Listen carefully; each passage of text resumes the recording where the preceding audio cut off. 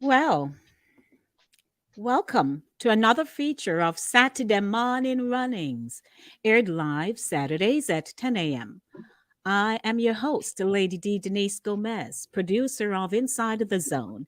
Inside the Zone is aired Mondays, 5 p.m. to 7 p.m., and Thursdays, 6 p.m. to 8 p.m. on Linkage Radio in Mount Vernon, New York. Don't forget to like, subscribe, and share my YouTube channel. This week's topic: Dead Left Drama Part 2. Knowledge is power, and the proverb to be forewarned is to be forearmed sparked the conversation for Dead Left Part 2. The harsh reality is that after a loved one dies, the family finds themselves entangled in mortgage, taxes, homeowners insurance, rental, and property sale. Carsa Tenant Newell, broker at Aurora Real Estate Solutions, Inc., is our special guest this morning. Carsa will share the practical approach to these situations. As Saturday morning runnings, come make we talk. Morning, I love. morning, morning, morning, morning. Mawnin. Good morning. Good morning, morning. Welcome, guys. Mornings, runnings.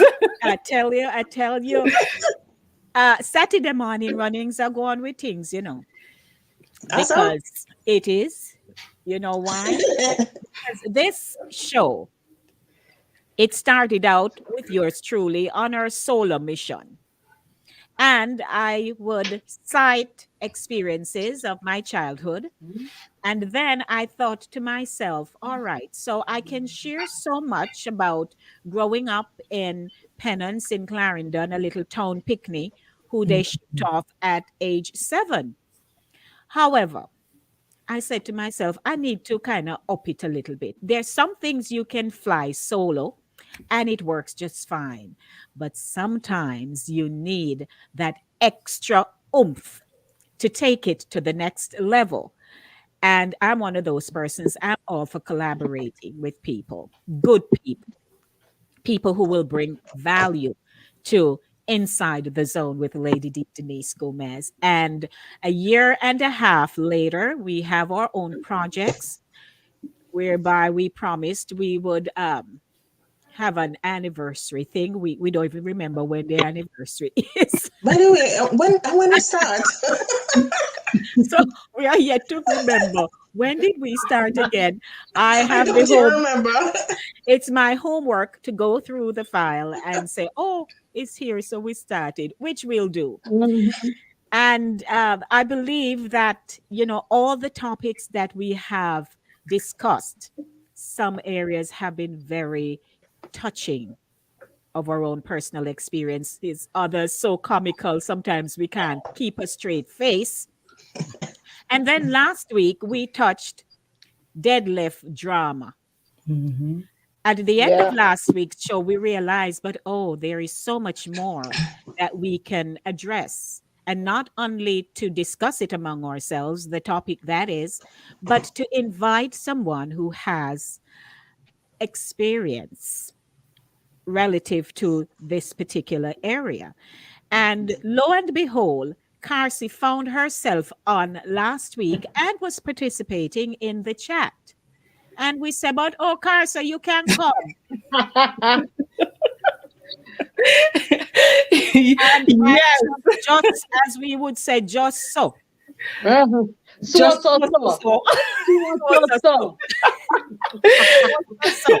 and here I am. When Lady D Hi. call, when the ladies from Saturday morning call, I come running. So here I am. Here I am. Mhm. So once Mhm. again, I'd like to apologize for the absence of our dearest Max. Carsi took Max's place this morning. She was in at 9:30. Wow. Max is unable to join us. She has a very Yes. busy life. Jennifer Yeah. will be joining us in a few. But of course, with me is Jackie Brainbox Tyson, Sharonette Sharns. I have coined Conscious One, and our very special guest, Carsa Tenant Newell. I go back way back with For Carsi. So Carsa, come. Welcome You're there, aboard. you're there. I've always heard your Listen. name, but I've never seen your face. So, ooh, look You- who's here. Good morning, Jennifer. Welcome. Good morning. Um, Jen. yes, Everyone. Lady D, as you know, you and I, we go way back from, voicing on the radio Mhm. in New York. When I did that little bit with, I think, was it Mellow Radio? I think I'm not Yes, sure. It was yes, Mellow, right? hello. And playing. Because Listen, you we go did like one. your old first. You go like your old. We did one skit one time in a church. You remember the one with the ton me, Lady D? Yes, and the ketchup. Exactly. What? Yes. Yes, Um, yes, you yes. know, Carmel and ketchup. Lord Jesus. don't me like You never yes. featured that on our. You remember when we did the foods? No, sir. Yes, we did a little skit. There was gonna it was our Oh, annual event wow. before Fun in the Sun came into being. Yes. We had a Yes. culture fest in the Yes. Uh-huh. parking lot. Yes. Oh, Yes. okay. So we were Yes. doing the promo. And that was so much fun because it was impromptu. We didn't plan, we didn't have anything right out, it was so improv. And we just had the church, on their belly. I mean, of course, talking about ton Carmela and ketchup. Yes. I don't know about you all, but I remember one such dish my grandmother used to give me, susumba and ton Carmel. Oh, Oh, God. Jesus. mm, And you know what? Because you hear Sasumba, you probably think of something, right?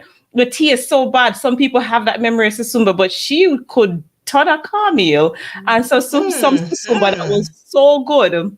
And she not put no salt mm. in she like Carsa. No, No, just the that, ton Camille and Oh, Susumba. okay. The salting was the ton Camille, Right. back then, where I am from, small means, but we thank God. yeah.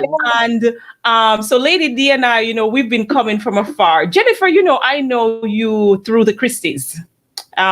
You used to do the face painting at the kids, any celebration that we have. Yes. You and your sister Sandra. So I know you, but Jackie and Shernette, your name just ring a bell because it has such a thing in my life. One of Oh, my best friends, her name, well, we were. Unfortunately, we've lost our connection, but her name is Shernette. So when I saw your name, I always thought of her. And Jackie, just the different faces that you put on this program. I've just enjoyed all of you ladies. Like I'm honored to be here with you all. Thanks so much for having me. I really appreciate it. Yes. thank you for coming. And you come up with a theme and I'll dress for it. yeah, there you go. Or put on the face for it. All right, good. Yes. Talk So we'd about like to Carsa welcome, we'd like to I welcome. I know a lot of people gonna be mad with me, but my mother never made that for her children. She made it for the dogs. The Well, dogs yes. ate the ton meal, and So I look, never know it you was so don't nice. balance. Turn One me like day big, it big was recipe. Listen, Turn I me never like know big, big I went to recipe. somebody's big house. big Have to ton see with her. Camille She and come fish from head. You ever town. eat ton Camille and fish head? What? Sweet, sweet, sweet, sweet. No, my mother never made chicken No. back. She come from Never town, so ate she don't chicken back know. in her house. No, We never love. ate chicken Part of back. your She life. never give us turn meal. Part of your life gone. Go back round the No, But but wheel and I come eat it's again. Jennifer, now. you've nice. never joined NTT downstairs from morning after morning service, Lico Bico? Yes. You never come down and have with ton Camille down at NTT before? No, Girl, you're no. missing out You're like missing. everybody No, say. but I I mean, I agree. ate it after my mother. After my mother, like when we get older, I ate it at somebody's house, and I really, I say it's so it's nice. Listen, Like if how I they turn made it, they Camille for season it, you, and if I turn Camille for but you, I never Jennifer, you'll ate be it. coming back for more. Well, listen to me, man. Yeah, I It's tell just the you. other day I had some, and I'm telling you, because cornmeal for me, even though I'll make the porridge and drink it, it doesn't settle very easily. So I Mm. don't Mm-hmm. eat cornmeal. I don't Oh, have cornbread. I don't practice those. The other day I had my cornmeal few mornings, but after that I had to know I have to back up. I can't have cornmeal like that. But man, at NTT, New Testament Temple Church of God. Hello, when they Seymour Avenue, Bronx, New York. 10469. When they whip out a turn cornmeal at church, there, you know. Oh my God. With the coconut milk. Coconut milk, listen. Yeah, Yeah, but nice, nice, that's nice. that's how it should be made. It should, Anyway, I mean, is the show from back in about the turn day, cornmeal or we don't want they left? yeah, from back in the day, some people had a little stigma with Yeah. cornmeal because the more affluent people would have just make it for them dog and such the like. Mhm, But mhm. for some people, it was a necessity. Yes. And you can even get it if you go to some restaurants, particularly if they are Spanish restaurants. It's on the menu called It is. polenta. Yes. Yes. If you Same. see Yes. polenta and you order it, then go and bring you some turn cornmeal. It's on their menu. Yes. Nigerians also have a similar dish. They have a different Yeah. name for it, but it's very similar. Yeah. Because as you know, I work as a flight attendant, and then when I was there visiting Cake. local Hold on, homes, Matt. they Hold would on, make Ted. it. Hold on. Mm-hmm. Yeah, and it was Oh, very similar in the way that we turn cornmeal at Jamaica. all righty. Mhm. So as we Jen are has the talking, queen's look on her face. so listen, guys. So we are 14 minutes after 10 o'clock, and we really want to get to the Lef Drama part 2. But certainly, Carsi, you sparked a very lively conversation here to break the ice and to get our audience engaged. Good morning to everyone. Want to say hi to Andrea. She was Nice first. to see the room filling She up. says we're alive. Praise God. It's good to be here. It is. Vera is here. Good morning, Lady D and friends. And of course, Maxine Barton Carr. Good morning, everyone. Morning, Maxine. Our guy King is here. Wow, new pro in class today. Wow, welcome to the pro. Happy to have her, and to the rest of the fam. Happy to see you all. And guess who is Morning. also here? Our guy Ian, who had joined us last year. Nice. Morning, Lady D and gang. Nice to be here listening again and about to leave. Stay. Want to say good morning, of course, to Jack touching base. And let's get the show on the road. Gayon. Hey, Gayon. Gayon, it's so good to see you. Hey, Gayon. We nyam the Haitian voodoo susumba.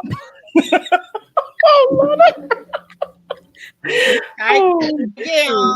They always say they're afraid of us, Because what them used to do, their workings, we eat it. There you go. Yep. Yeah. Morning to everyone. Brenda is saying hi as always. Beautiful queens, welcome to the new queen. Blessing. That's for you, Carsi. Thank you. Good morning, everyone. Ian says Miss Jen is engrafted Jamaican. If she never received the ton cornmeal in Italy, Polenta, yes. called polenta. It is Yes. also made with red peas. Mhm. Same so. And our Okay. girl is here. I thought I saw Herman, but I don't see her right now. All righty. So good morning, everyone. Hi, Last Leon. week we spoke about, the challenges that families have in the event that they lose a loved one. Mhm. We spoke about the four-post bed, right? Mhm. And the fact that, grandma may have said to someone, to her granddaughter, that, when me dead, you can get me bed. But it wasn't in any will anywhere. It wasn't nowhere. So perhaps she dead and everybody said them want the four-post bed. Mhm. But as the conversation progressed, we realized that there are other important aspects of a person who passes and the work pretty much that is left behind for them to do. And it brings on a lot of stress. And that's why Carsi is here this morning to kind of bring us into the know about some of the things that we should do and be in readiness for. Because I'm telling you, last week's show was an eye opener for a lot of us.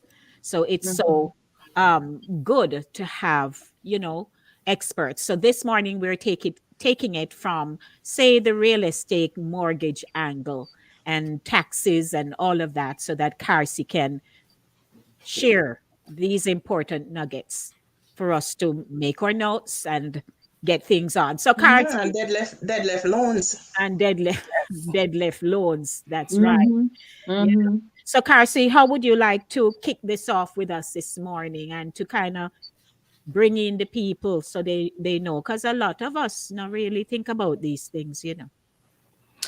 Well, it's when somebody die in your family and they leave a house, a lot of people are very happy. Some people are very happy, and then others are maybe saddened by the loss of a loved one and having to manage an estate, so to speak.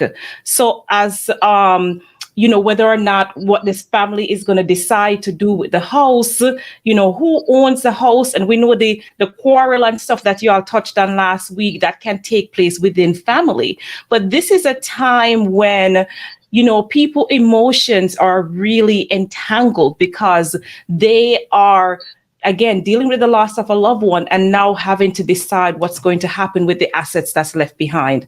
And when it comes to house, it's one of those things that a lot of people don't necessarily consider the financial responsibility that comes with inheriting a house. Mm-hmm. And some of those things, as you mentioned before, is the tax liability that stays with the property even after death. The house, if there's a mortgage on the house, you have to now assume the responsibility of that mortgage. Insurance, which is one of those things a lot of people don't necessarily think about. Homeowners insurance is very important because God forbid, should something happen to the house, you want to make sure that there's coverage, right? And then comes the decision on what to do with the house once everything have been settled, the estate have been settled, the beneficiary has been identified. It comes to what now happens with the house. So I just want to highlight some of the things that you have to consider, specifically what happens with the outstanding mortgage or the current mortgage on the property. If there's a spouse, right, or a co-borrower, that meaning you and your husband go in and you buy the house, upon either person's passing, the loan automatically goes to the surviving spouse. Or sometimes, especially in our community, we have a lot of people who go and co-sign with somebody for a loan and not necessarily thinking of wanting to help that person and not necessarily thinking of the consequences of the what if. So if someone dies and you're a co-signer, then the loan automatically becomes your responsibility. Mm-hmm. Now, let's say that there is no co-signer or surviving spouse. Then, granted, there is a will, there's a beneficiary who is identified as the owner of the house. That person by law have the right to pretty much assume the mortgage. Now, an assumption of mortgage is basically where you don't necessarily have to go through all of the hoops, so to speak, of getting a mortgage, like where you'd have to apply for a loan, have all of the documents that you would need, such as your tax return, your pay history, your job history, and so on, to be looked into. You don't go necessarily through all of that. What you're doing is assuming the balance of the loan that's on the property, the taxes that's there with the property, the interest rate. That's a big conversation right now as far as interest rate. So if someone dies and they have an interest rate of 2.9%, even though interest rate is 6% today, you're going to assume that 2.9%. So those are some of the benefits as far as the assumption of the mortgage, that you don't have to go through the mortgage process. However, you now assume the responsibility of that mortgage. Now, is there a law that says because you inherit a property, you have to pay the mortgage? No, you don't necessarily have to. You want to, however, because if you don't pay the mortgage, the bank is going to come and they're going to foreclose over time. They're going to, give you some time, understanding that there is a debt. But at some point, they're going to basically look for you to start making those payments. And if you don't make those payments, then they're going to come in and do what is called a foreclosure on the property. And, last week we talked about, grandma, grandpa, or mommy or daddy working so hard, to buy a house. The last thing that they would want to have happen is for someone who does not understand the responsibilities that comes with inheriting a property to lose that property in a matter of months. You know, unfortunately, statistics say that 1 out of every 3 Americans, this is just American data, we're going to touch on Jamaican data in a little bit, will lose an inheritance in the matter of 2 years. A matter of 2 years. And some states it's even quicker, because if you stop paying mortgage in the state of Georgia, first month you're going to get a notice saying your mortgage is past due. By the third one, they're coming to put you out. The state of New York, because of laws that's in place, is a little bit different there. You know, in Jamaica, they also have their own laws and stuff like that that you have to adhere to on how property is taken back. But it's very common, especially among African Americans and Caribbean community, because, you know, 77% of us die without leaving a will. Okay, so that's one thing you want to make sure that you fully understand the responsibility of the mortgage. Mm-hmm. Another common thing that a lot of people kind of neglect is taxes. When you inherit a property, you also inherit the tax liability that comes with it. And if you don't pay the taxes, then what happens, the state, depending on the state that you're in, they're going to put a lien against the house. A lien, yeah. Yes. And over time, what happens is that they have the right to foreclose on the property over taxes. Mm-hmm. In New York and other states, but New York specific, is very common that family inherit houses, and in 7 years time, because sometimes it can take that long, you see someone come in and they may have just bought the property through taxes. I had a next door neighbor, well, not my next door neighbor, but my in-laws next door neighbor inherited a property outright. There was nothing owed on the house. All they had to do was keep up with the taxes. Wow.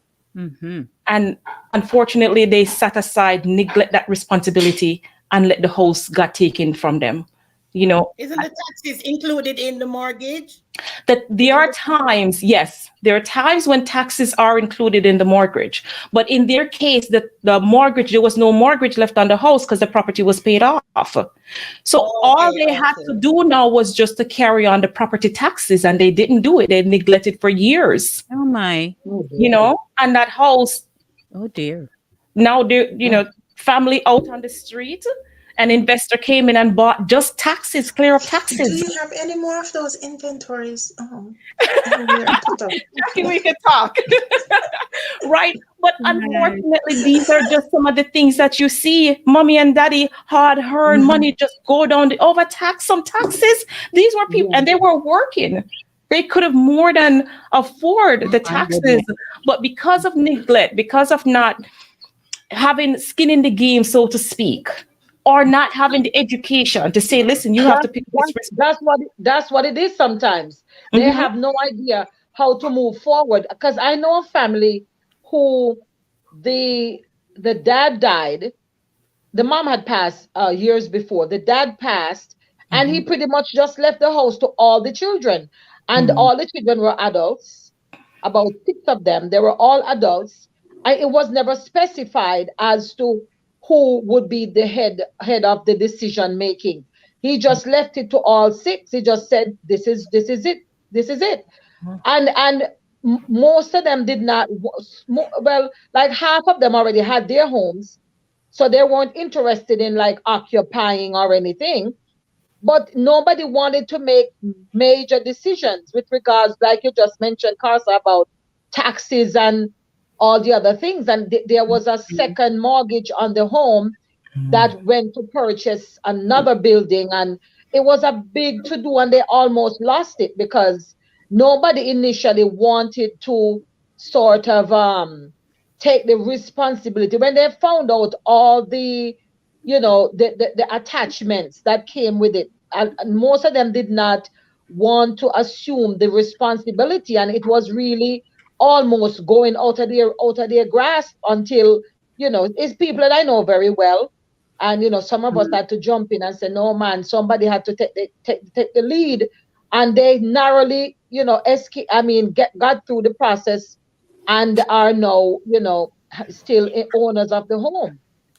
So sometimes it's a lot of encumbrances. Yes. But I hear talk about, so what I can hear I just talk ask a question? One moment, Jen. Mhm. So in a case like this, where here is a property Mhm. and you have family members, in that sit down with them, say it's in the will, reading of the will, or the whole mortgage disclosure informational section, they are not actually told that, hey, fine, everything is paid off, all you need to do is maintain the property taxes, and if you do not, then you will lose the property. Well, to be honest with you, it really depends on who is counseling the family. And sometimes, we've often been at an event or an occasion, and our emotions are so heightened by what it is that we're focused on. Some of them may be focusing on what it is that they're getting and not necessarily listening to what is being said, or even what they sign. They're not reading it thoroughly and missed that they now have an obligation because they're looking at possibly money that they can gain.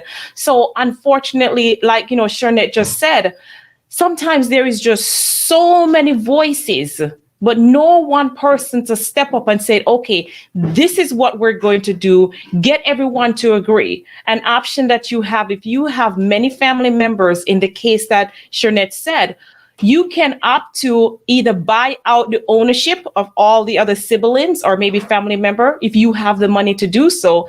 And then if you don't have the money to do so, you can say, okay, here is the overhead, right? Here's the mortgage, here's the taxes, here's the insurance, right? How are we going to come up with a plan to make sure this is paid? And if nobody can't agree, then the next conversation that you really need to be having, do you rent out the property so you can get some money to cover the expenses?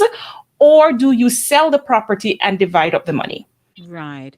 And here is a question that Gayon says, But Carter, sometimes I know of also occasions where properties are left, properties or a property have been left, and there's a stipulation that it should not be sold under any circumstances. It should be left to be like a generational type inheritance. So Yes. although persons would be interested in selling, because from all appearances, selling it would be like, okay, sell it, divide the money, we're going about our business, particularly when people cannot agree as to how to move forward. But Mhm. sometimes the matriarch of the family who has passed, or the patriarch, whomever it might be, may leave a stipulation in the will stating that the property should not be sold at all. So Yes. whatever it is, you have to stick it out and work it out. So there is that also. Mhm. And here is where the emotional aspect comes in, because you want the dying wishes of the person who died and leave that property to you to be honored. Mhm.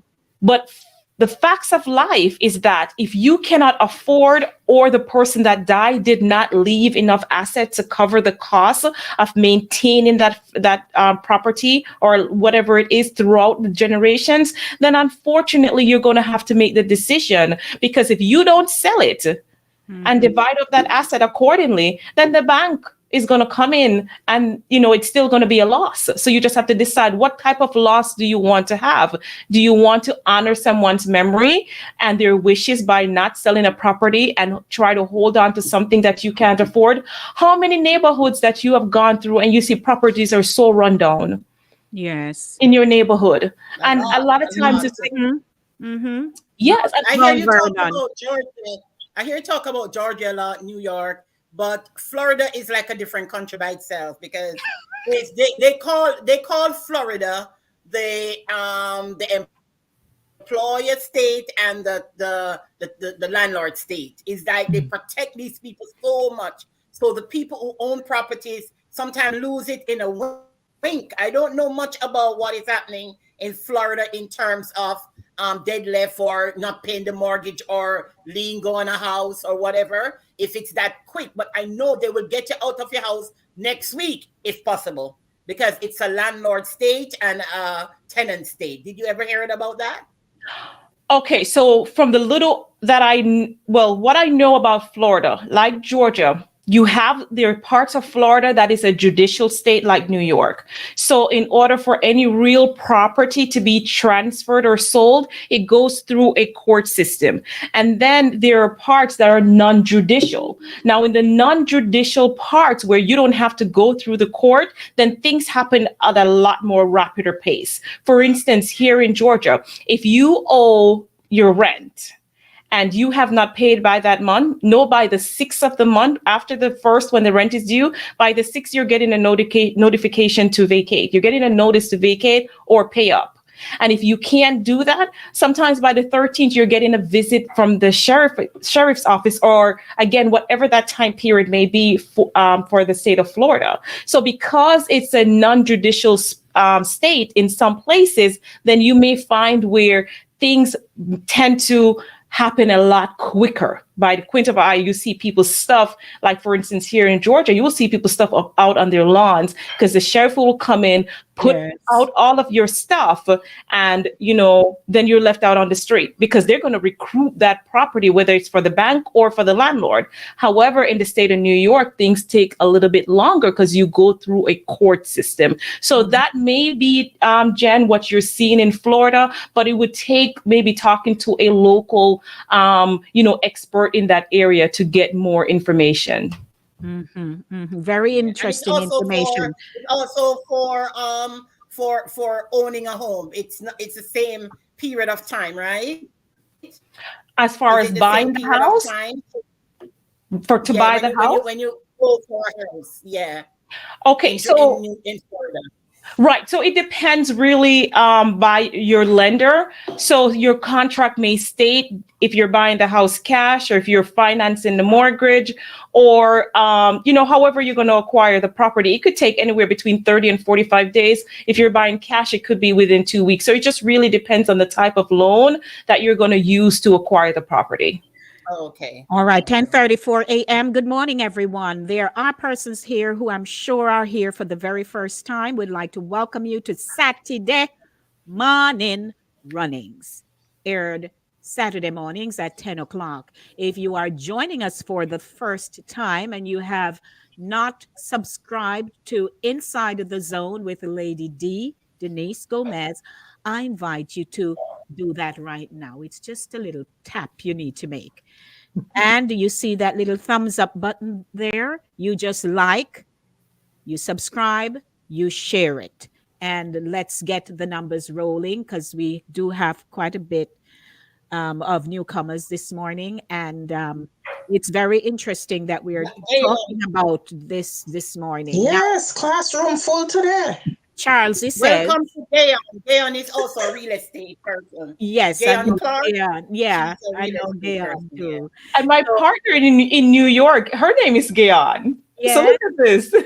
Maybe remember, I had said to you recently that I know a Gayon when you mentioned about Gayon, but when you told me the name, I'm like, that's not the person I know. But Gayon here, I knew her from a few years back. So I see when I saw her come and pop up, I had to look at the face really close. Yes. Okay. Awesome. We're very engaging with our viewers and the comments that they share in the YouTube chat.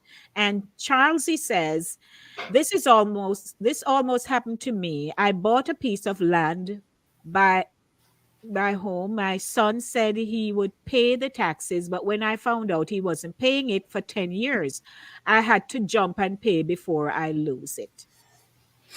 And I think maybe she's saying back home, and maybe back home being in Jamaica or somewhere in the Caribbean. But listen, the Jamaican laws are changing when it comes to real estate and property and taxes, right? So you want to ensure that the person you're entrusting your asset to, that they are responsible enough to make the payment.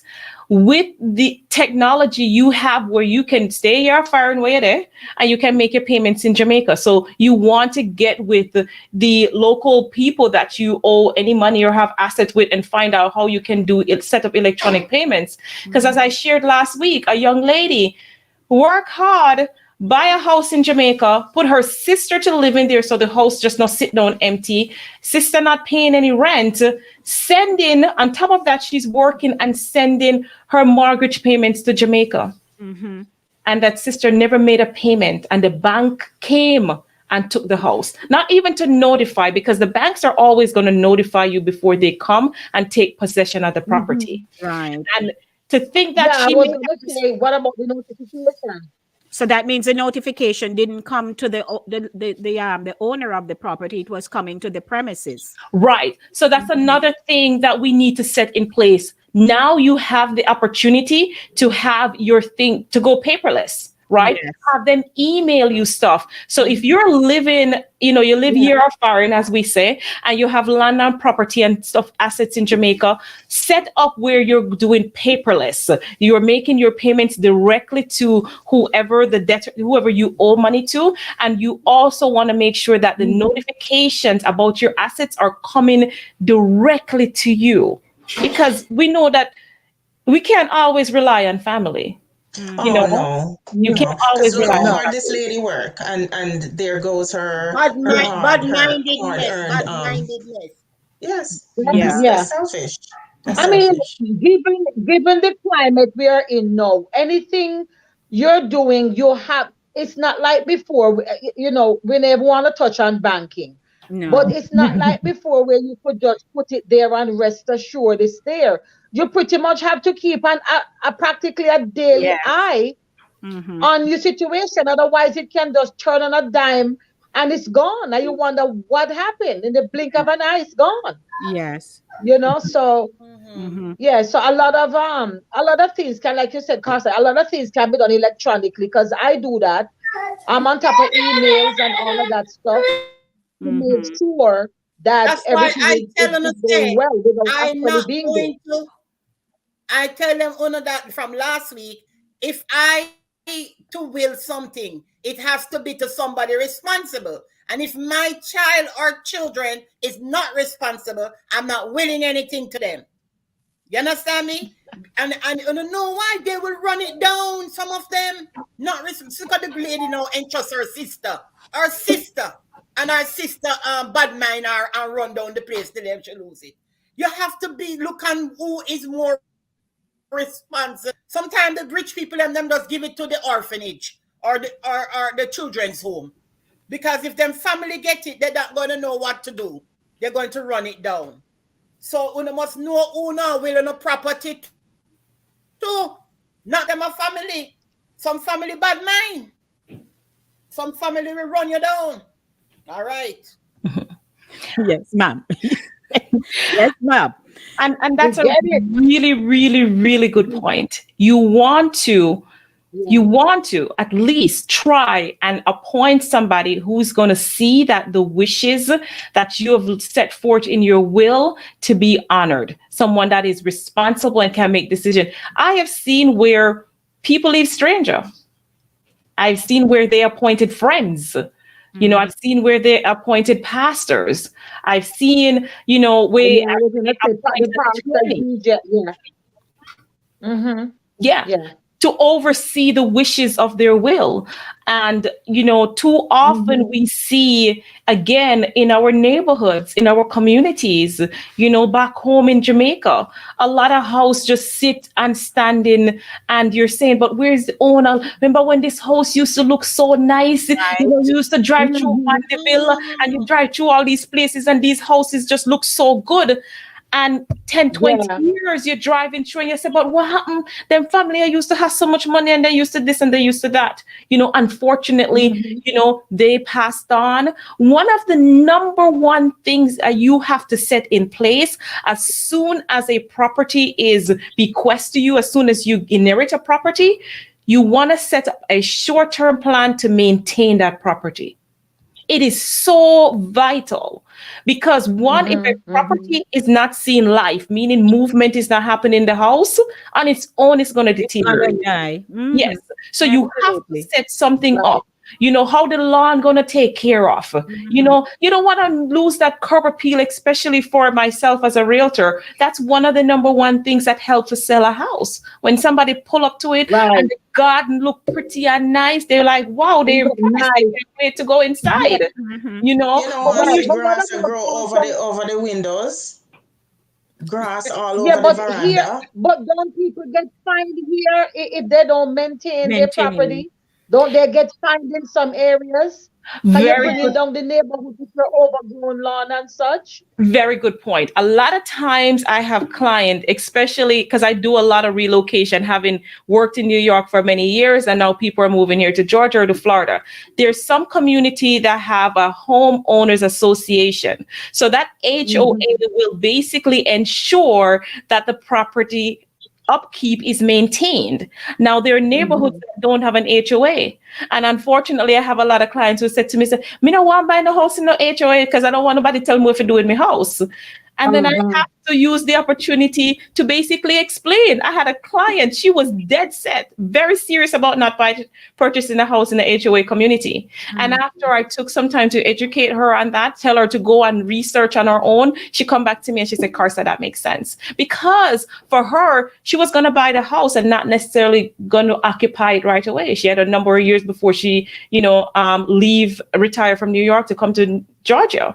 So in explaining the importance of the upkeep and ensuring that your property is well maintained in an HOA community is the best decision for her.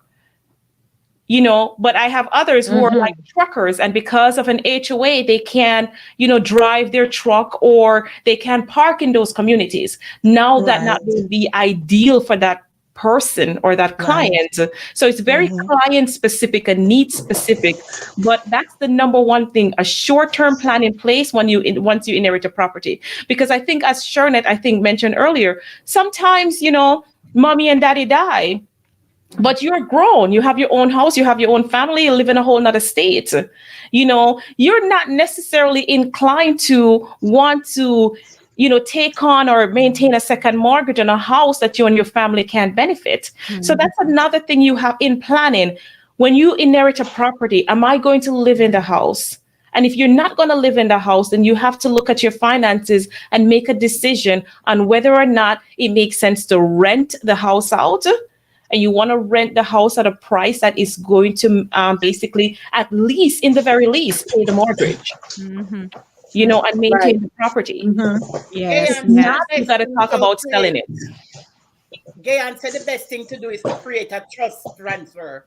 I know of people buying property in Georgia, but they don't live there, and they appoint somebody, like a manager or somebody who will oversee the property, the renters, and everything. So you can have people, you keep liaison with that manager. So that's what Gail was saying. Yeah. Well, yes, you can have a management company that manage the property. That means they maintain the property, they collect your rent. You don't necessarily have to be involved. Okay. And that's done. And for a fee, they take care of the property.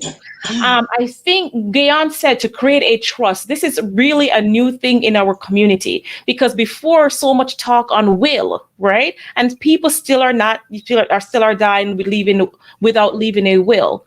What a trust does, and I don't necessarily want to get into a lot of legalities, but what a trust does is basically the property get transferred into the trust, and then the trust basically manage that asset.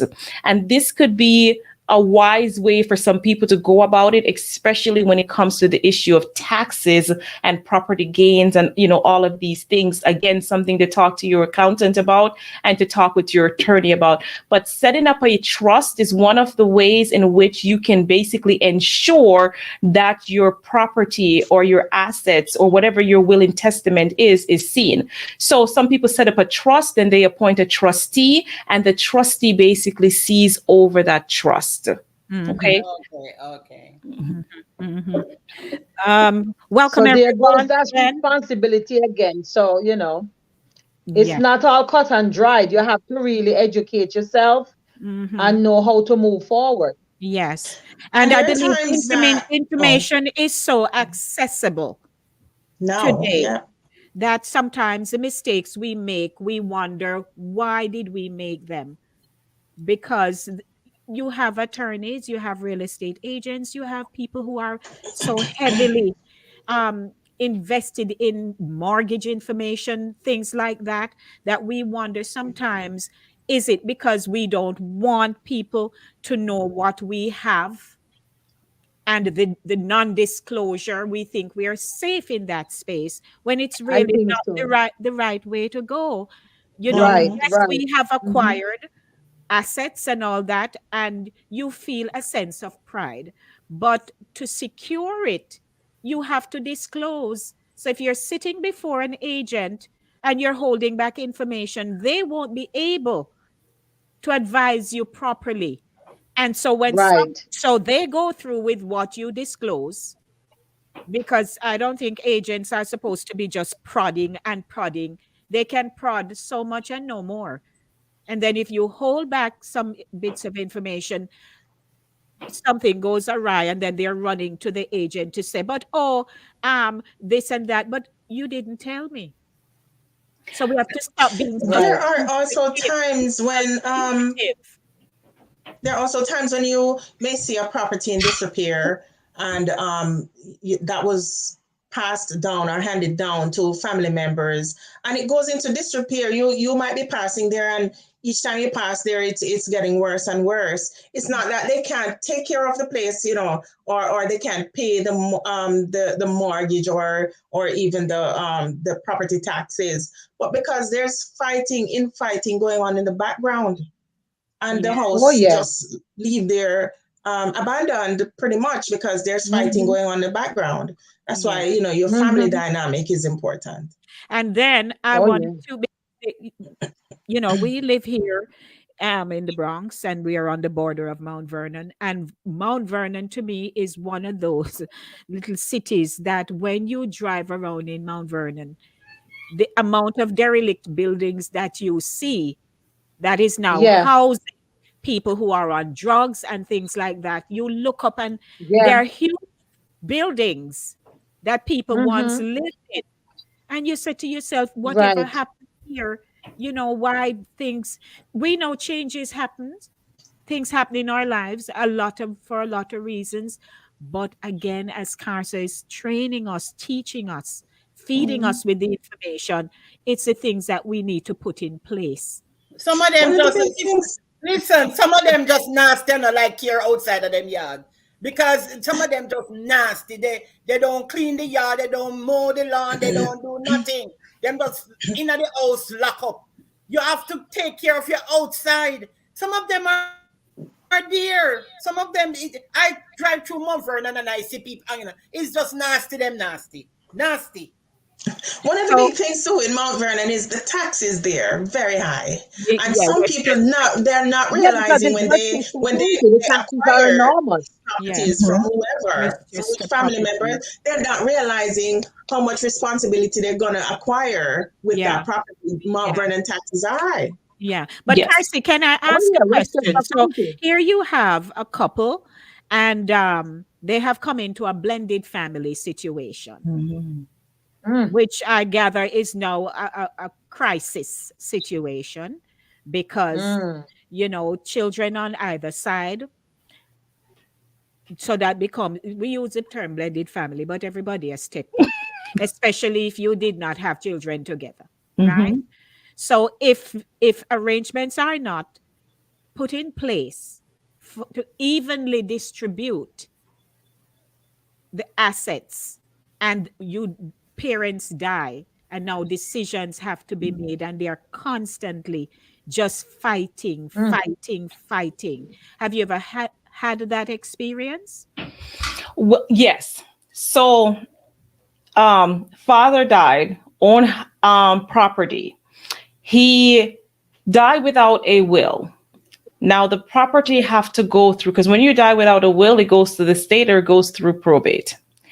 And through probate, they're basically going to determine all the bills, all the outstanding from your credit cards on down, all the bill that is outstanding that person die and they leave.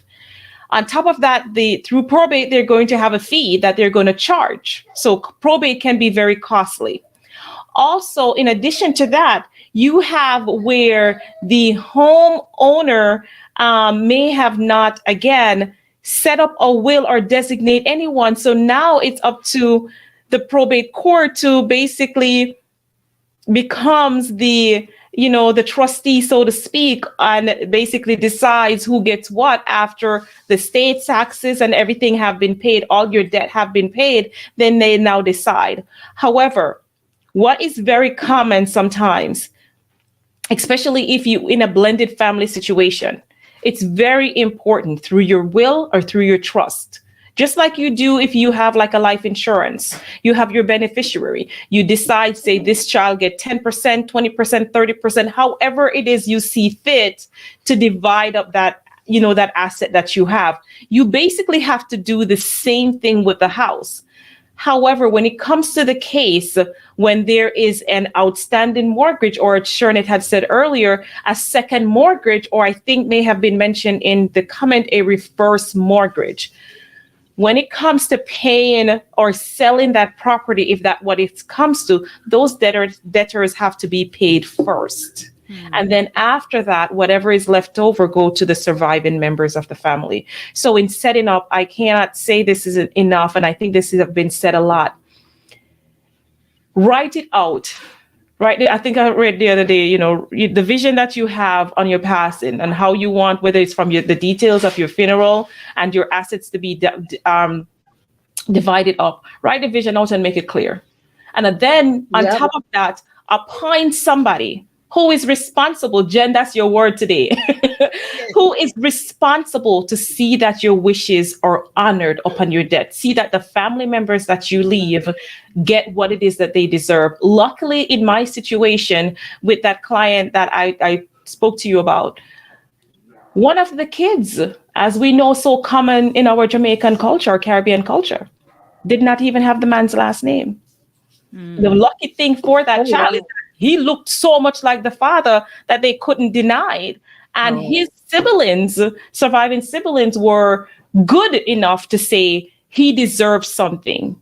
So he ended up with something. But a lot of times we know in our culture it's not the case, because we have so many outside kids, and you may have where he lived with him sweetheart, and he may have been married at one time, and it's just so mixed up sometimes, right? Complicated, yeah. Yes, so complicated and so complex that it just really takes, again, write it down. They said the number one reason, and I'm just going to talk to Jamaicans now. Number one reason why Jamaicans don't write a will, they're of the belief to say that if I write a will today, you never hear this before, me go dead tomorrow. Right. Yeah. Mm-hmm. Even to buy life insurance. That's the number one. I have a fear of sometimes. Now I'm serving God very fervently. I don't bother worry over that. But one time you can't catch me, no life insurance. Me always say I dead and no one me come dead now. And them something there. So one time you didn't even think about it. My point exactly. That's what they said. Thank God you've been changed, honey. Thank God you've been changed. You can't live so. Amen. You can't live so. A lot of them say that me not write no will. Yeah. Because if me write the will, means I'm gonna dead tomorrow, or people are gonna kill me off. And it goes back to the essence of what Lady D said earlier. We're just not comfortable to talk about money. We're not comfortable to disclose everything that we have to family. Some people think they're going to live forever, There you go. So they don't want anybody else to get anything that they have. There you go. Among life insurance is, all right, you do the life insurance because of debt purpose. But I would love to hear about insurance. Even you don't want to take out the money right away, but sometimes things come, sickness come, and you need something, right? You need an insurance that deals with your life and your debt. Insurance is also dead left. Is not doing that. Insurance can also be dead left. Yep. Of course. This is where the professionals that you're going to hire, and I say hire because that's what you do. When you consult with a realtor and you decide to work with them, you in essence, you hire them. When you consult with an attorney, when you talk to an insurance provider or whoever the insurance agent is, you're hiring them. So like what Lady D said, it is important to talk with them. I know, and you know my insurance person very well, Lady D, Maureen. Yeah. We talk. Carsa, what are your plans? How much your whole? How much is your mortgage? Because you want to make sure that whatever insurance I take out is going to at least cover Yes, my funeral expenses and cover my yes, mortgage and take Right. care of my yes, kids. Yeah. And of a blended family myself. She yes, said, okay, Carsa, who go what and where go? You understand? So we set those things in place. So yes, you want to make sure that you yes. communicate very clearly, Mm. very clearly. Mm-hmm. They said Mhm, two things that are sure in mhm. this life is debt and taxes. Yeah. So we better That's embrace it. that. Get yourself right with God and That's embrace it. that is going to happen. Yeah. Debt and taxes is for sure. Mm-hmm. Notice life 98, death is No, death. life, no. You know, You don't must learn, but you must dead. That's Yep, right. there you go. So let's take some That's it. comments. Let's take some Yes. comments. So Gayon says, address the type of ownership among parties. If it is joint tenancy versus joint with the right of survivorship, Mhm. sometimes it is JW throws and children don't know, and the death of the second party with a will transfers ownership to the lasting surviving I guess spouse. it's surviving. Virgin Yes. spouse. Mhm. Yeah. Surviving spouse. Yes. So again, when you get married and you're signing a contract, that's what it is, right? So whatever assets that you have as a married spouse, one of you should die. That's one of the things you learn in real estate school, and also if you're doing insurance. And I'm sure there's other, field that covers it. It covers the right of survivorship. So, if you die, my husband and I, God forbid, we're driving and there's an accident and one of us die, then whatever assets I have goes to my husband if I don't have a will in place.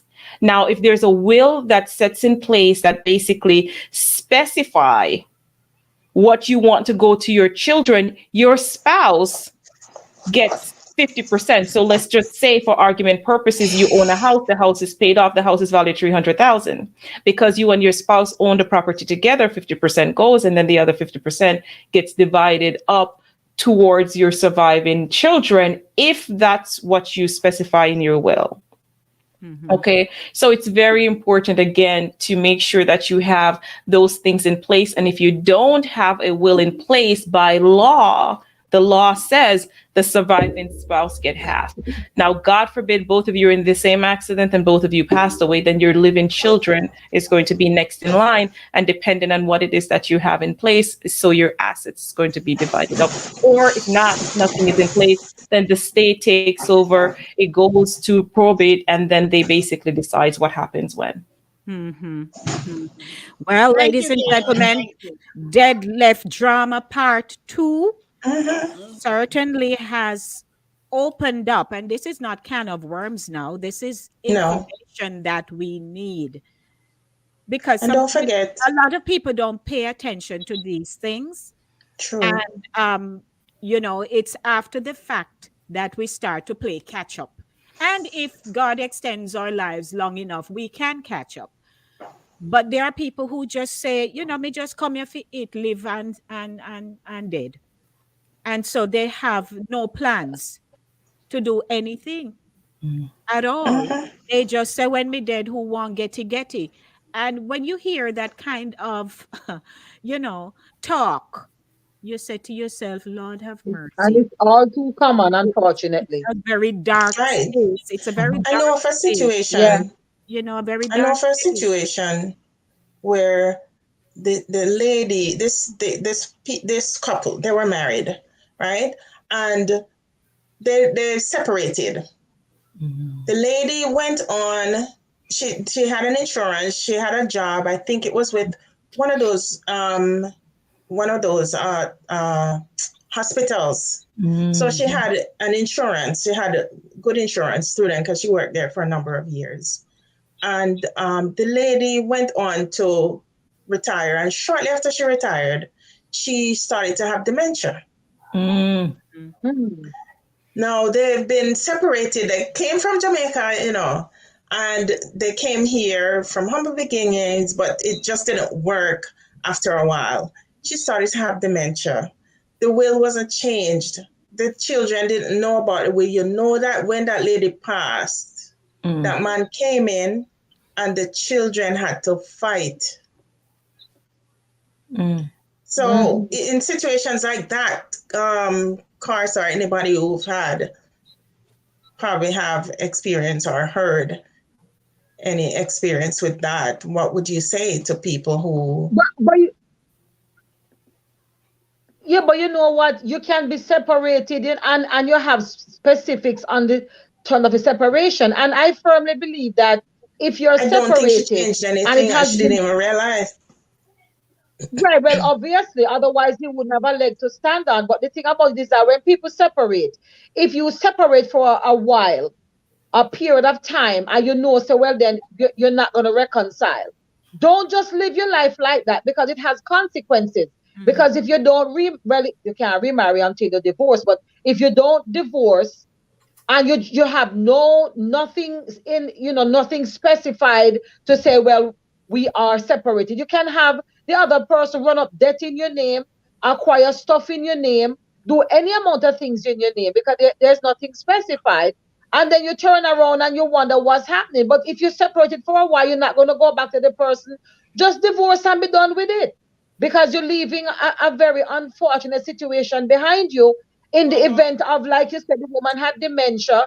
She has nobody to make decisions for her. Yeah, you separate, man. You after a while divorce. It's been a year or 2 or 3 years. Yeah, exactly. Yeah, you don't just keep living like that. I call it, I'll say to people when they come with, various situation, especially if they're separated and they want to buy a house. I usually ask, how clean is your house? And a lot of times people are like, no, I am asking you, have you cleaned up everything from that past relationship? Because if you separated, you're not legally divorced, and you buy a house, during that time of separation, your spouse, because they're still your spouse legally, can come for half of that house where you just buy. So I often advise client, go get your divorce and then come back and we can buy the house. You can buy the house later on. Go and clean up your house. If you are separated, Jackie, your conversation, your story just now I was like, hold on, we know the same person. Maybe. I was going to tell a similar story. Maybe. Lady in New York. I didn't even give you the other details. That was like the main points of the story. Died in the same case. She died. Someone called and was seeking my advice. She died. She had insurance through her job. She also had insurance policy. And her and the husband has been separated for years, but she never cleaned house. And, off living his life. And she died, and he come walk in and get everything. Her kids didn't have a leg to stand on because she never cleaned her house. No.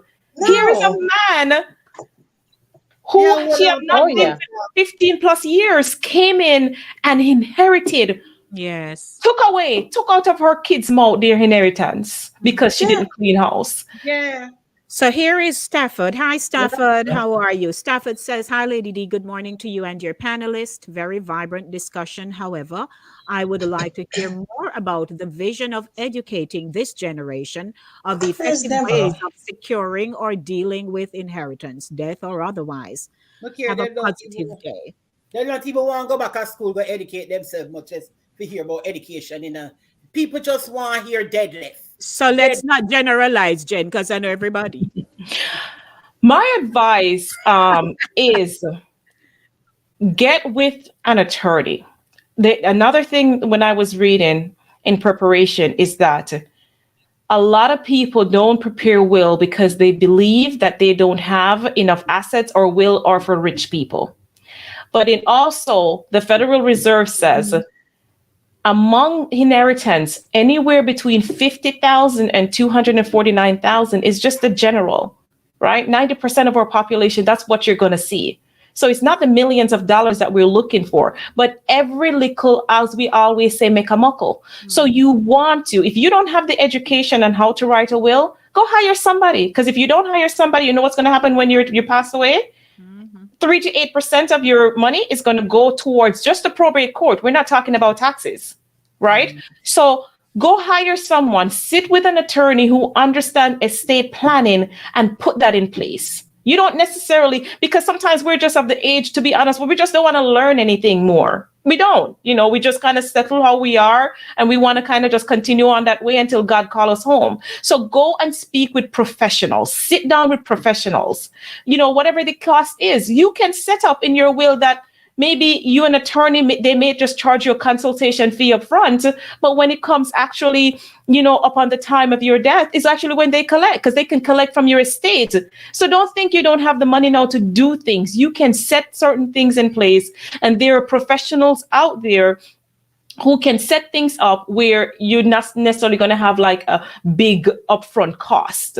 Right? They can get paid. Just like, for instance, let's just, if you have an accident and the attorney come and say, oh, I'm going to represent you, but you don't have to pay me anything.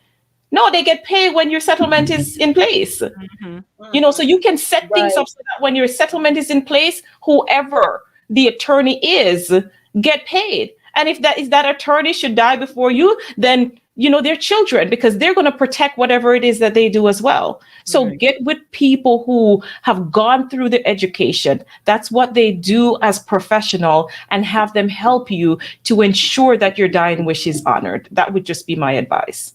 So then we could say then that a lot of us are in this situation because of a generational flaw. Yes. Right? Yes. They didn't know, and so you were not taught, and you're also not teaching. Exactly. I think that's changing though, Lady D. I'd like to ask a question, Carsa. Say for instance, you're living in Jamaica, or your spouse comes from Jamaica, and say you have a house, or you want to put that person. Can that person who don't living in the US, the house is in the US, can that person still be a beneficiary, or can still? That's a very unique question, being that the person live in Jamaica. So I have not had that situation. However, say the person live here in the US, you can add them to your deed. So that would be a question for you to basically speak with an attorney about, to find out if that person who is not in the United States, if you can still add them to your deed. Because from my understanding, you can add anyone to your deed. However, I'm not sure if they live in another country, if that's still a possibility. Okay, what about they live here and they don't have a social? Does a social prevent you from being on a deed? What I know from experience, whenever I have clients that's adding someone to their deed, the attorney usually asks them to bring in that person, or if that person can't come in, to bring in their ID and their social security. So I want to assume, but I think this is a really good question for an attorney. Yeah, okay. So Gayon says, my daughter was his only child, and his wife lived in Canada, and my ex and our child lived together. My daughter got nothing because he died intestate. He died without a will. So because he didn't get anything. Yes, Stafford says, let me put up Stafford's question here very quickly. He says, how effective is living will is with a separation of spouses, not divorce? I would say that, again, it comes back down to, writing down, because we have seen it, right? Where a will is read and a spouse get nothing. So if you are separated, then go ahead and you don't want to get a divorce for whatever reason, go ahead and make sure that you have it in writing someplace where if you up on your death, this person is entitled to nothing that you have. And I think there was a comment earlier on about, what if I have my house, and I'm assuming maybe you have your house, but now you're getting married, then you want to go ahead and perhaps maybe talk about getting a prenup in place, to protect the assets that you have before entering into a new marriage. I want to. That was the question. There was a very prominent person in the Bronx that I know personally that died of very unfortunate circumstances, and he was living with this woman who is my son's godmother's sister. and they lived together for 25 years in this house, right there, right off 233rd Street. When he was married before, and he and his wife separated. And when he died, I was standing there when the wife walked in and cleared her out of the house. She had nothing to claim after 25 years of living with this man. Bought everything in the house because he wasn't really working like that.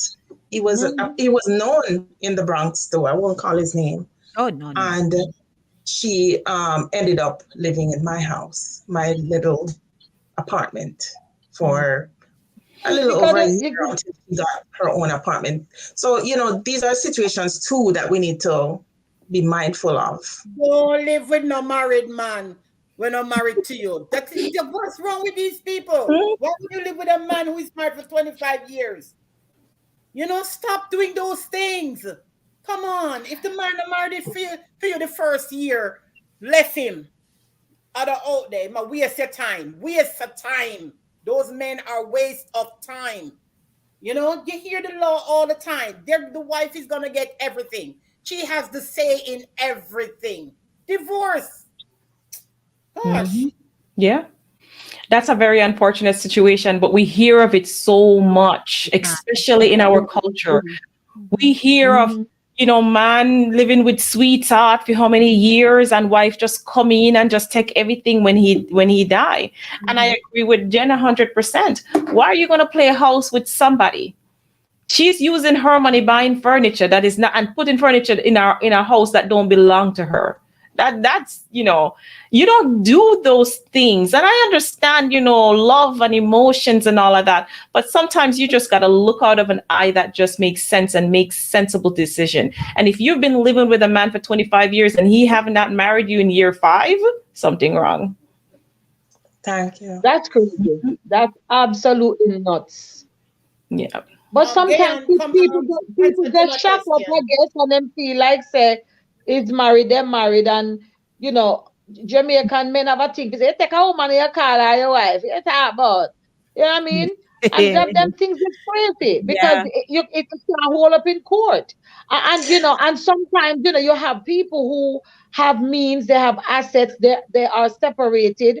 And because they don't go the extra mile to divvy up to get an attorney, to divvy up the estate, and everybody go about their business. Because some people will tell you, it's so expensive to divorce because you have this, you have that, and they separate and they go about their business. They may have, usually they have. But they don't have a vision. I mean, they don't have a vision for their lives. They have a vision for their lives. Yeah, you're just living like that. But I've known people. It looks like they were waiting in the wings for the other one to pass on. And then they just sweep in because you wonder, where have they been all these years? There have been instances where one person has moved to another state, far, far away, supposedly restart their life, but because they have these entanglements, property-wise and asset-wise, they left it as such. And you'd be surprised how they find out the other one has passed so very quickly. Before anybody can say jackrabbit, they just sweep in and say, oh, hello, I am the estranged spouse of so-and-so. And it's all downhill from there. Whomever stood around to the dead left and what you put in there. Yes, to stand by them, you walk away with nothing. That's why you have to be smart, man. It's one life you have to live. You have to be smart. So Gayon says, even if the person lives abroad, at the person's death, they have to search for every living person connected to that deceased, whether or not they live in the USA. I have a client that I was trying to sell the house he thought he inherited from his father, only to find out that his common law wife had a daughter in Antigua who is challenging ownership. See? There you go. Yeah, okay. Yeah. Yeah. Yeah, you come across, different types of situation, especially when it comes to, assets that's left behind by, someone that passed away. And as someone said, they have to notify, whether it's, putting something in the newspaper, or they basically appoint someone to contact every living relative, especially if they die without a will, before the state step in and do anything. That's why sometimes you see, houses sit down upon years because they're still trying to contact living relative, because they have to do so before they make any kind of decision. And yes, someone can come in. So you'll hear sometimes, even though you have a will, it's not ironclad, because somebody can come in now and contest that will, to make sure that when you wrote the will, you were in your right mind, and, someone didn't coerce you, and just all of these different things that can happen. Right. So again, you want to make sure that whatever your last will and testament is, that it cannot be questioned. They said, that's what it says. In the Bible, it says it, you should die leaving something to your kids, right? You need to have something that you pass down to your generation. So if you have kids out there, take care of them, see to it that they're cared for, upon your death. Sometimes there are personal things that happens in family dynamic where a child may have done something to the parent, whatever it is, but be clear, be very specific on what your last wishes should be, because in every instances that you have something that is written down, that is signed and is acknowledged, that's always going to be the first document that is going to looked upon your death. So you want to make sure you have something in place. Great. Yeah. May I also add that we're talking about living property and so on. But remember, this is also true to intellectual property. Yes. One very big case, and you can go on Netflix and you can watch the documentary about the gentleman who wrote the song for The Lion King. Nobody knew that it was a simple little black man who wrote that song. And even today, they're still fighting because he had daughters who did not benefit. Yeah, I think I saw the preview for that. That was absolutely that. I went back and watched it a second time because I couldn't believe it. This line, you see, they made billions off a Lion King. And it was a man that wrote it. He just out of nowhere. So you see, lack of knowledge. Never make a will for my property, Jennifer. Yes, you guys write. You and we all write, because I write poems too. But you and Maxine and all of that, intellectual property is also part of this. Yeah. Very good point, Yes. Jackie. They can use but look at Lisa Marie Presley, who just passed away. There you go. They're saying she was in so much debt from even what she inherited from her father, Elvis Presley, that all she had left is Graceland. Yes. Yep. Yeah. Mismanagement, So it happens. misappropriation, miss this, miss that. Some people you trust to manage your stuff, is not managed in the right way. I think I heard Steve Harvey talked about his attorney. He was basically just signing the checks, and they basically would put in the amount that should get paid to the IRS. And he ended up finding out, I think, about $20 million that he had owed to the IRS, and this happened. We hear so many people we hear dying, and the people that they entrusted to take care of what they had put in place were mismanaging. That's because sometimes we just don't want to deal with it. We want hands off. We don't want to read through the fine print. We don't want to know, man, I trust you. It's okay. You got my back and stuff like that. But you want to make sure, if you don't want to read it, get somebody who's going to read it, especially somebody who have a really strong interest in the assets that you're going to leave behind, because you don't want to miss anything. You don't want to miss anything, True. Usain Bolt is in a situation right now. Usain Bolt left all his assets to be dealt with, and some of it, and now it's like a pure corruption now in Jamaica with the Usain Bolt case. I don't want to get into it because it's a lot. That is just quite, that's all over the news. I think the Prime Minister made a statement regarding that. It's just really sad, that no one really is is an immune. exception No one is to immune from. when it comes to, Nobody's fraudulent exempt, things. apparently. Nope. And then Yep. and in our conversation this morning, yes, we can assign someone to handle our affairs, but then somebody need to be managing that person. Mhm. So you can't just leave two, A three handler people for the and then handler. you have nobody to manage those two, three people. Yes. Yes. That's You why need a within the watcher for the trust. watcher. Yes. Yes, that's why within the trust you have a trustee and you also have a designated person to look over the trust. So it's Yeah. almost like you're Mhm. putting, these checks and balances in place to ensure that your final wishes are seen through. But I mean, in all fairness of everything that we can do to put in place, we just have to trust that we are working with honest people. Mhm. That's going to Yesterday, my husband That's said, what it Otherwise, comes it's down fear to. my husband mongering. said something yesterday. He said, if he's speeding and the police stop him, he's going to call the police for the speeding cop.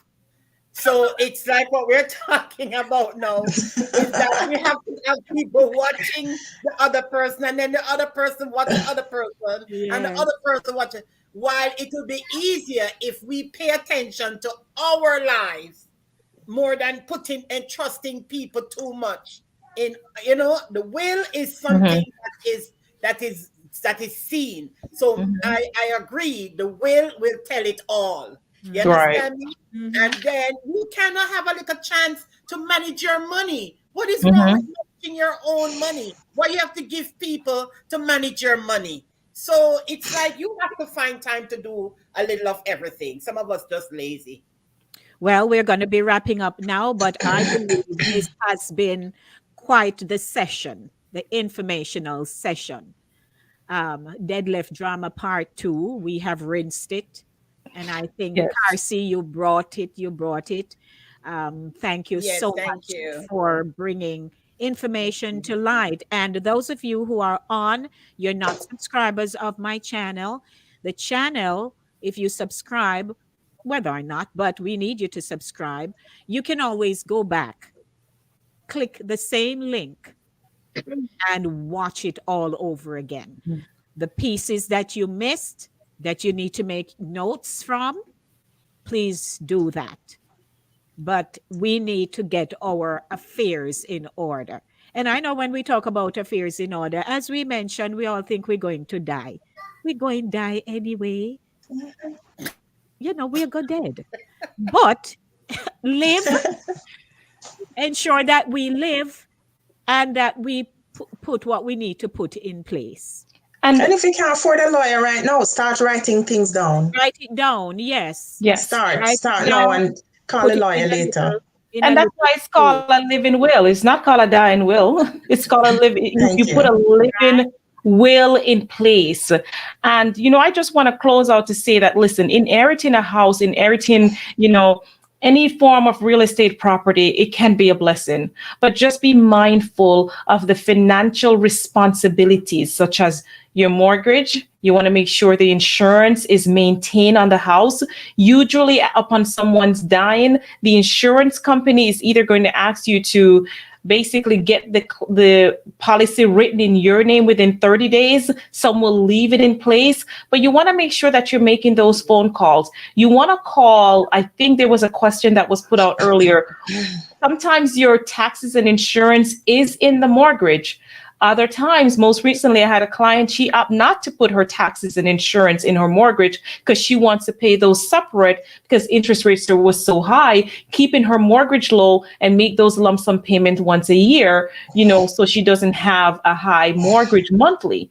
So people put different things in place. So you want to make sure, again, check on the mortgage, check with whoever have your mortgage, check on the taxes, call your local county, call the county official that manages your taxes. If you don't know who, start with the county clerk's office and they will guide you, because taxes will make you lose your house. Yeah. And another thing, a lot of this information is public information. Yeah. You can Yes. always go to the and on Arthur Avenue, I think that's where, especially if you're in New York, in the Bronx, and you can find out if there's a lien on a property or anything like that. A lot of this information is public knowledge, public information. You can always have access to it. And That is correct. And Yeah. finally, Stafford says, listening to you ladies confirm my thoughts that our community is very knowledgeable in so many ways. Information is not circulated. Please speak freely at your church groups, inform the community. Stafford, what I can say, the congregation of which I'm a member, New Testament Absolutely. Temple Church That's of an God, excellent. Yes. if there is anything we Yeah. have is information, it would be to our detriment Yes. if Our we don't church too, take Sharonette. if we don't Yeah. take advantage of it. So we are looking into trusts and all those things at the moment, doing all the research and the legal aspects of it to implement it. So it behooves us to, we're insurance, to take all the information and apply it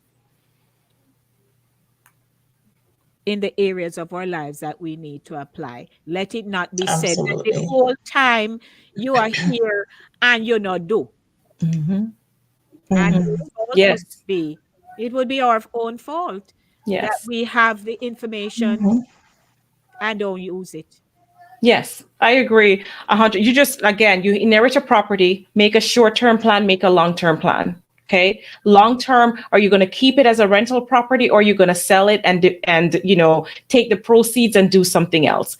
At the end of the day, we want to basically be responsible citizens. We want to be responsible children. We want to be responsible spouse. We want to be responsible. So do the responsible and right thing. If you don't have the knowledge, go and seek people out who have the knowledge and have them help you so that your loved one wishes can be honored. And that house that you love so much that you grow up in, if you can't afford to keep it, find a family who can buy it so they can start making new loving memories in it. Yes. And we want to say thank you to Carsa Tenant Newell. I tell you, Carsi, it was awesome. Carsa Tenant, she is Thanks the for having me. principal broker at Aurora Real Estate Solutions Inc. She is licensed in Georgia and in New York. And we just want to say, Carsi, God bless the day. Well, you were a flight attendant, but the Lord knew He had work for you to do. Yeah, I agree with you 100%. I was just saying to my mom this week that I really feel that I'm walking in my purpose, and what I do for families and for myself through ownership is just such a blessing that it's beyond comprehension for me. I just know that I'm doing. And my mother said, "You're doing what God tell you to do." Right? Do what God tell you to do. You do it. No, she said, "You do what God born you to do. You do what God born you to do." Well, I'm so thankful that I have this platform through which we can communicate to people worldwide, because we don't know who else will be watching this at some point in time. But the information is available. We'd like to thank you, Carsi, Jax, Jen, Sherns. We miss Max this morning, so Max will have to be the one to go sit down and watch. And someone, I think it is Charlesy, who is trying to, lure us into a part 3, but certainly part 3 would take another slant. Yes. So we want to just say thank you to everyone who tuned in this morning. Satideh morning runnings there. Please like, share, and subscribe to the channel. Blast out this session. Just copy, paste it into your WhatsApp, paste it into your Facebook. They're not going to block you. I know nothing way over here. I do. And more people will become more engaged and informed into the platform and into the information that we're providing. So we're going to say now, walk good, everybody. We love you. Have a very blessed week. And whether you're there yard or foreign, the principle is still the same. Prepare, prepare, prepare. Yes. That's it. Can't go wrong. So, we have to me back now. Hello. All good. All good. Ta-ta. Ta-ta. Blessings, everyone. Love you. No. Until next Bye, bye, bye. time. Bye-bye. Bye, Yeah. everyone. Walk good.